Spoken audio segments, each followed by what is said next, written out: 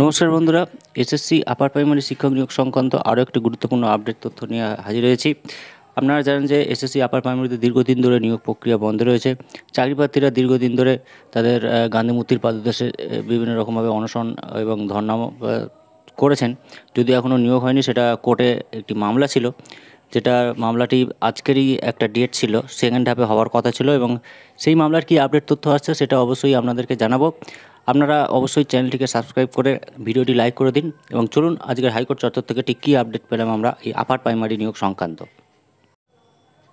তো যেটা জানা যাচ্ছে যে এসএসসি উচ্চ প্রাথমিকের শিক্ষক নিয়োগ নিয়ে আরও অপেক্ষা বাড়লো বহু শিক্ষকদের। আমরা বিস্তারিতভাবে জেনে নেব ঠিক কী বলতে চাওয়া হচ্ছে। আরও অপেক্ষা বাড়লো চাকরি প্রার্থীদের। উচ্চ প্রাথমিকের শিক্ষক নিয়োগ মামলায় ফের তারিখ দেওয়া হলো। পরবর্তী শুনানির তারিখ 18ই জুলাই। ঠিক আছে, পরবর্তী শুনানির তারিখ 18ই জুলাই। ওই দিন দ্বিতীয়ার্ধে মামলাটি শুনানি হবে। আজ মামলাটির শুনানি তেমন হয়নি। মামলাকারী পক্ষের আইনজীবী বিকাশ রঞ্জন ভট্টাচার্য অসুস্থ থাকায় অফলাইন শুনানিতে তিনি অংশগ্রহণ করতে পারেনি, ফলে তেমন শুনানিও সম্পন্ন হয়নি। গত সোমবার মামলাটির দীর্ঘক্ষণ শুনানি হয়। মামলাকারী পক্ষের আইনজীবী সুবীর সান্যাল নিজেদের বক্তব্য তুলে ধরেন। রিজার্ভেশন নিয়ে বলতে গিয়ে তিনি বলেন, ইন্টারভিউয়ের ক্ষেত্রে সংরক্ষিত চাকরিপ্রার্থীরা জেনারেল শূন্যপদে ডাক পেতে পারেন না। এর পাশাপাশি তিনি আপডেট শূন্যপদে নিয়োগের দাবি তোলেন। শূন্যপদ নিয়ে তিনি বলেন, 15 দিন আগের আপডেট শূন্যপদে নিয়োগ চাই। এর আগে শুনানিতে স্কুল সার্ভিস কমিশন নিয়োগ নিয়ে তাদের নিজের বক্তব্য তুলে ধরে। এসএসসির বলা শেষ হয়েছে, আজ শুনানিতে বিরোধী পক্ষ জবাব দিল।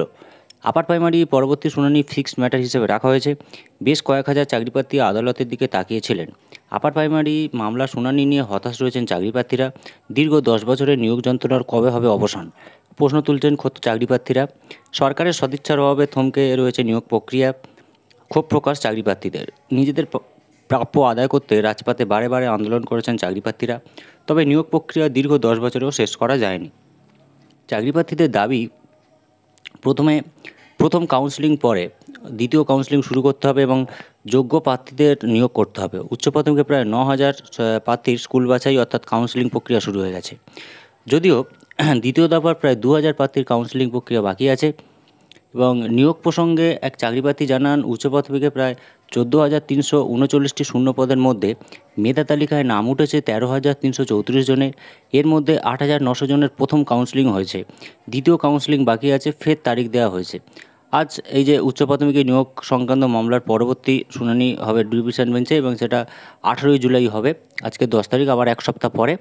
তো আপডেট শিখতে যে নিয়োগটা, সেই ব্যাপারটাও আজকে যেহেতু মাননীয় আমাদের যে আইনজীবী বিকাশ রঞ্জন ভট্টাচার্য অসুস্থ থাকার জন্য সেটা শুনানিটা ক্যান্সেল হয়ে গেছে, আমরা জানতে পারছেন। তো পরবর্তী আপডেট পেতে অবশ্যই আমাদের সঙ্গে থাকুন, ভিডিওটি লাইক করে সাবস্ক্রাইব করে রাখুন চ্যানেলটি, তাহলে পরবর্তী আপডেট আমরা দিতে পেরে যাব। ভিডিওটি শেষ করলাম, সবাই খুব ভালো থাকবেন, ধন্যবাদ।